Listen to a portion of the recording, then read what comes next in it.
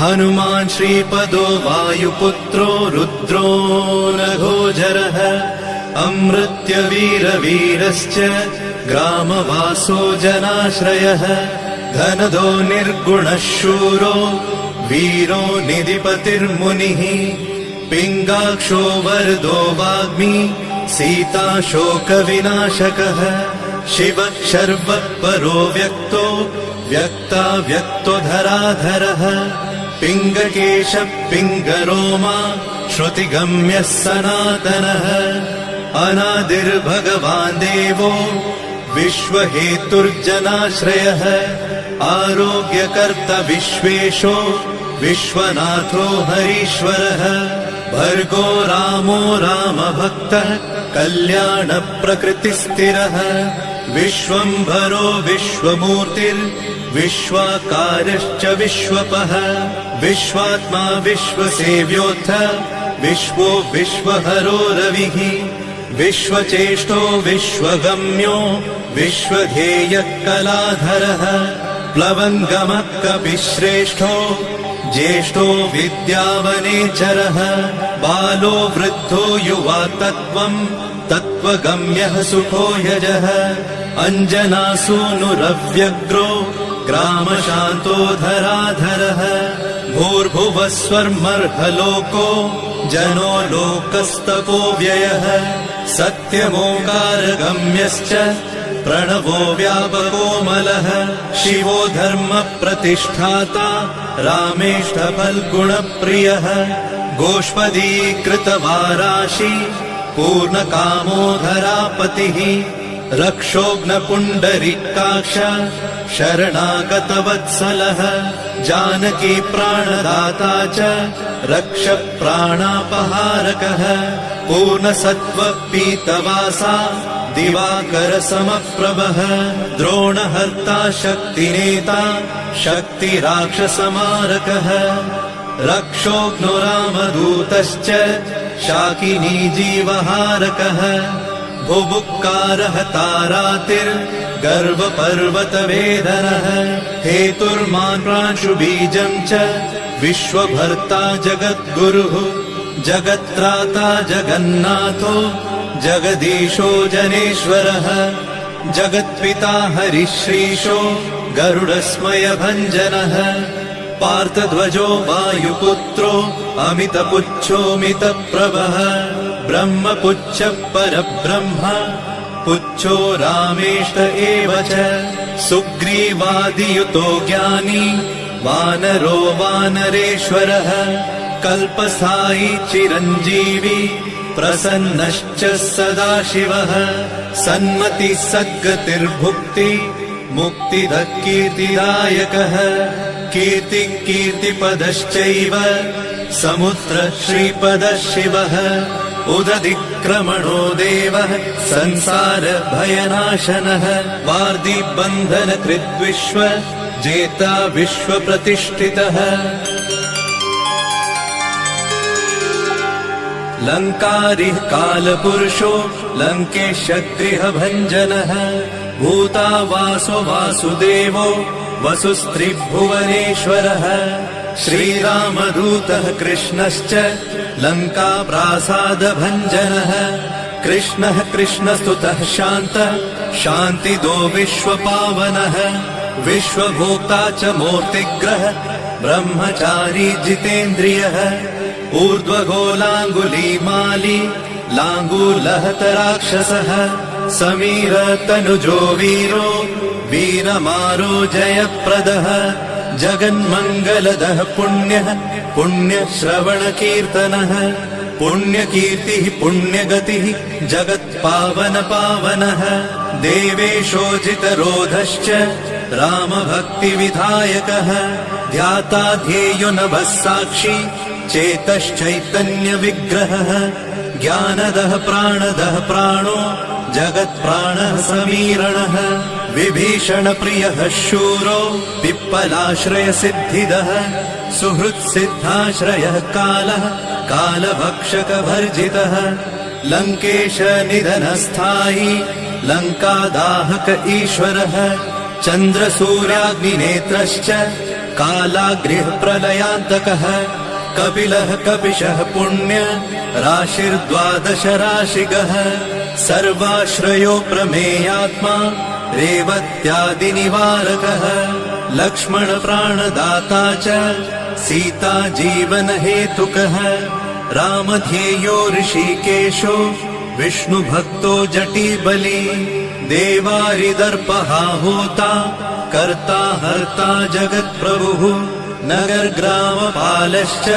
शुद्धो बुद्धो निरन्तरः निरञ्जनो निर्विकल्पो गुणातीतो भयङ्करः हनुमांश्चदुराराध्यः तपःसाध्यो मरेश्वरः जानकी घनशोकोत्थ तापहर्ता परात्परः वाङ्मयः सदसद्रुपः कारणं प्रकृतेः परः भाग्यदो निर्मलो नेता पुच्छलङ्काविदाहकः पुच्छबद्धो यातु दानो यातु दानरिपुप्रियः छायापहारि भूतेषु लोकेशः सद्गतिप्रदः प्लवङ्गमेश्वरः क्रोधः क्रोधसंरक्तलोचनः क्रोधहर्ता तापहर्ता भक्ता भयवरप्रदः भक्तानुकम्पि विश्वेश पुरुहूतः पुरन्दरः अग्निर्विभावसुर्भास्वान् यमो निरृतिरेव च वरुणो वायुगतिमान् वायुः कौबिर्ईश्वरः रविश्चन्द्रः कुजः सौम्यो गुरुः काव्यो शनैश्चरः राहुकेतुर्मरुद्धोता धाता हर्ता समीरजः मशकीकृतदेवारिः दैत्यारिर्मधुसूदनः कामः कपिः कामपालः कपिलो विश्वजीवनः भागीरथीपदाम्भोजः सेतुबन्धविशारदः स्वाहा स्वधा हविः कव्यम् हव्यकव्यप्रकाशकः स्वप्रकाशो महावीरो लघुश्चामितविक्रमः प्रडिनोडीन गतिमान् सद्गतिस्पुरुषोत्तमः जगदात्मा जगद्योनिर्जगदन्तो ह्यनन्तकः विपाप्मा निष्कलङ्कश्च महान् महदहङ्कृतिः खं वायुः पृथिवीयप वह्निर्दिक्काल एव च क्षेत्रज्ञः क्षेत्रपालश्च पल्वलीकृतसागरः हिरण्मयः पुराणश्च खेचरो भूचरो मनुः हिरण्यगर्भः सूत्रात्मा राजराजो विशाम्पतिः वेदान्तवेद्योगीतश्च वेदवेदाङ्गपारगः प्रतिग्रामस्थितः साध्य स्फूर्तिदाता गुणाकरः नक्षत्रमालिभूतात्मा सुरभिः कल्पपादपः चिन्तामणिर्गुणनिधिः प्रजापतिर्नुत्तमः पुण्यश्लोकः पुरारातिर्ज्योतिष्मान् शार्वरीपतिः किलिकिल्यारवत्रस्त भूतप्रेतपिशाचकः ऋणत्रयहरः सूक्ष्मः स्थूलः सर्वगतः पुमान् अपस्मारहरः स्मर्ते श्रुतिर्गाथा स्मृतिर्मनुः स्वर्गद्वारः प्रजाद्वारो मोक्षद्वारम् कपीश्वरः नादरूपः परब्रह्म ब्रह्म ब्रह्मा पुरातनः एको नैको जनः शुक्ल स्वयं ज्योतिरनाकुलः ज्योतिर्ज्योतिरनादिश्च सात्विको राजसत्तमः तमोहर्ता निरालम्बो निराकारो गुणाकरः गुणाश्रयो गुणमयो बृहत्कायो बृहद्यशाः बृहद्धनुर्बृहत्पादो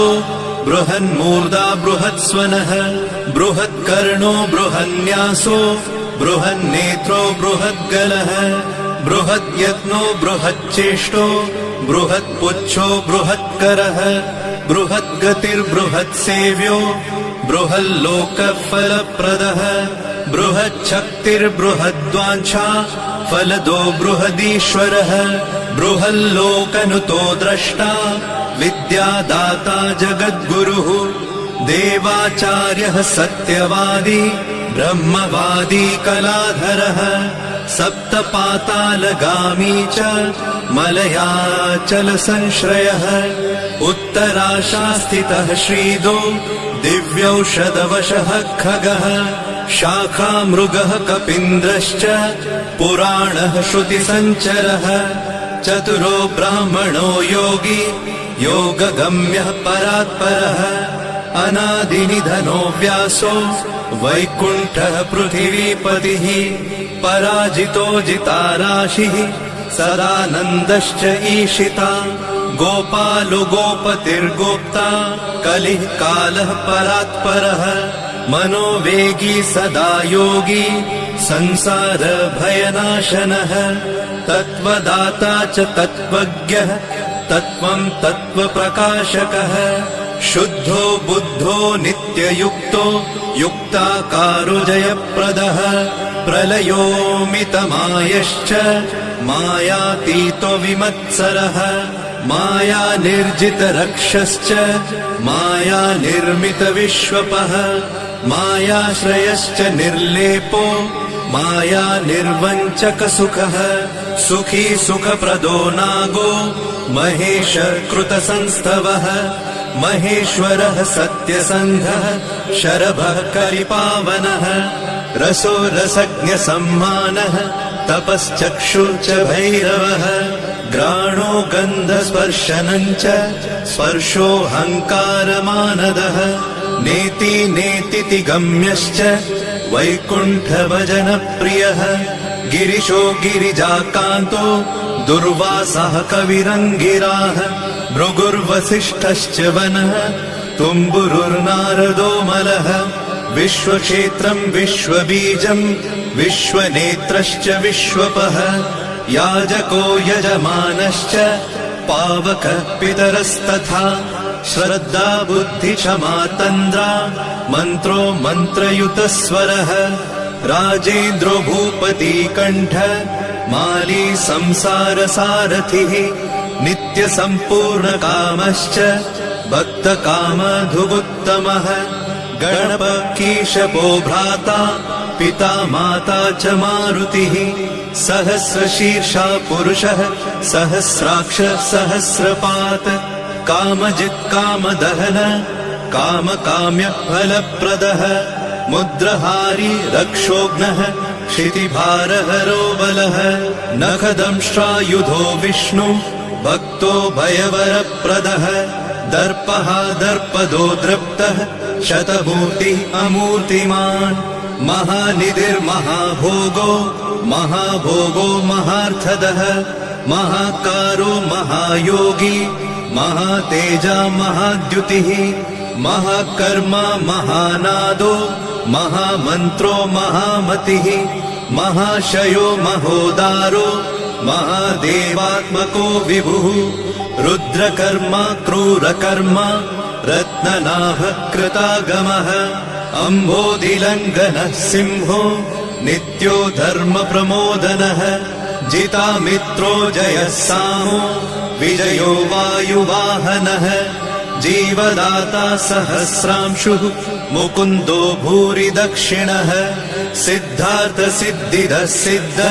सङ्कल्पसिद्धिहेतुकः सप्तपातालवर्णः सप्तर्षिगणवन्दितः सप्ताभिलङ्घनो वीरः सप्तद्वीपोरुमण्डलः सप्ताङ्गराजसुखदः सप्तमात्र निषेवितः सप्तलोकैकमुकुटः सप्तहोतास्वराश्रयः सप्तच्छन्दोनिधि सप्त छन्द सप्तजनाश्रयः सप्तसामोपगीतश्च सप्तपातालसंश्रयः मेधाविकीर्तिदः शोक हरिदौर्भाग्यनाशनः सर्ववश्यकरो भर्गो दोषघ्नपुत्रपौत्रदः प्रतिवादी मुखस्तम्भो दुष्टचित्तप्रसादनः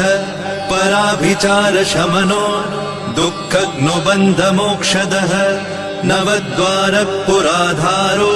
नवद्वारनिकेतनः नरनारायणस्तुत्यो नरनाथो महेश्वरः मेखली कवची खड्गी भ्राजिष्णुर्विष्णुसारथिः बहुयोजन विस्तीर्ण पुच्छ हतासुरः दुष्टग्रहनिहन्ता च पिशाचग्रहघातुकः बालग्रहविनाशी च धर्मो नेता कृपाकरः उग्रकृत्योग्रवेगश्च उग्रनेत्र शतक्रतुः शतमन्युस्तुतस्तुत्य महातेजो महाबलः समग्रगुणशाली च व्यग्रो रक्षो विनाशकः रक्षोघ्नहस्तु ब्रह्मेश श्रीधरो भक्तवत्सलः मेघनादो मेघरूपो मेघवृष्टिनिवारकः मेघजीवनहेतुश्च मेघश्यामोपरात्मकः समीरतनयो बोधा तत्त्वविद्याविशारदः अमोघो मोघवृद्धिश्च इष्टदो निष्टनाशकः अर्थोऽनर्थापहारी च समर्थो रामसेवकः अर्तिधन्यसुरारातिः पुण्डरीकाक्ष आत्मभूः सङ्कर्षणो विशुद्धात्मा विद्याराशि सुरेश्वरः अचलोद्धारको नित्य सेतुकृद्रामसारथिः आनन्द परमानन्दो मत्स्यकूर्मो निधिशमः वराहो नारसिंहश्च वामनो जमदग्निजः रामकृष्णः शिवो बुद्ध कल्की रामाश्रयो हरः नन्दी भृङ्गी च चण्डी च गणेशो गणसेवितः कर्माध्यक्ष सुराध्यक्षो विश्रमो जगतां पतिः जगन्नाथ कपिश्रेष्ठ सर्वावास सदाश्रयः सुग्रीवादिस्तुतः शान्तः सर्वकर्मप्लवङ्गमः नखदारितरक्षश्च नखायुधविशारदः कुशलः सुदनः शेषो वासुकिस्तक्षकस्वरः स्वर्णवर्णो बलाढ्यश्च रामपूज्यो घनाशनः कैवल्यदीपकैवल्यो गरुडपन्नगो गुरुः किल्यारावहकाराति गर्वपर्वतभेदनः वज्राङ्गो वज्रवेगश्च भक्तो वज्रनिवारकः नखायुधो मणिग्रीवो ज्वालामाली च भास्करः प्रौढप्रतापस्तपनो भक्ततापनिवारकः शरणं जीवनं भोक्ता नानाचेष्टो ह्यचञ्चलः सुस्वस्थोष्टास्य हा दुःख शमनः पवनात्मजः पावनः पवनः कान्तो भक्तागः सहनो बलः मेघनादरिपुर्मेघ नादसंहृतराक्षसः क्षरोक्षरो विनीतात्मा वानरेश सताङ्गतिः श्रीकण्ठ श्रीकण्ठश्च सहाय सहनायकः अस्थूलस्त्वननुर्भर्गो देव संसृतिनाशनः अध्यात्मविद्यासारश्च अध्यात्मकुशलः सुधिः अकल्मषः सत्यहेतु सत्यगः सत्यगोचरः सत्यगर्भः सत्यरूपः सत्यपराक्रमः अञ्जनाप्राणलिङ्गश्च वायुवंशोद्भवः सुधिः भद्ररूपो रुद्ररूपः सुरूपश्चित्ररूपधृत् मैनाकवन्दितः सूक्ष्म दर्शनो विजयो जयः क्रान्तदिग्मण्डलो रुद्रः प्रकटीकृतविक्रमः कम्बुकण्ठप्रसन्नात्मा हृस्वनासो वृकोदरः लम्बोष्ठकुण्डलिचित्र मालियोगविदाम्बरः विपश्चित्कविरानन्द विग्रहोऽनन्यशासनः फल्गुनीसूनुरव्यग्रो योगात्मा योगतत्परः योगवेद्यो योगकर्ता योगयोनिर्दिगम्बरः